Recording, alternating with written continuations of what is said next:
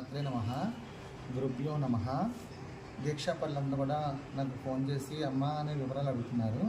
ఏమని వివరాలు అడుగుతున్నారంటే, మాలేసుకుంటాం అమ్మ, 41 రోజులు నిష్టగా పూజ చేస్తున్నాము, మరి మాలేమో వెళ్ళి కొండ దగ్గర తీసేస్తున్నాము, బట్టలు ఆడపడేస్తున్నాము, అసలు ఏంటి వివరాలు అడుగుతున్నారు.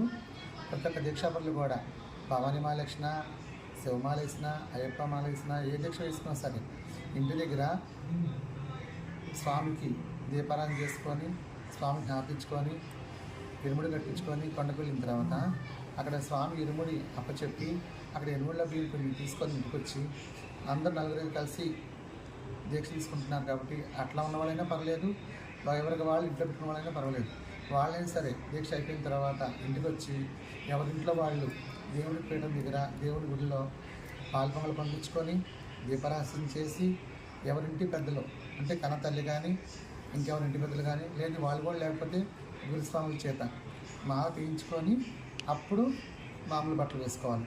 అంతే తప్ప ఇరుముడి కట్టుకుని కొండకెళ్ళి అక్కడే మాల తీసి అక్కడే బట్టలు మార్చుకొని అక్కడే వగైరా వాళ్ళ ఇష్టమైన కార్యకలాపాలు చేసుకుంటూ రాకూడదు.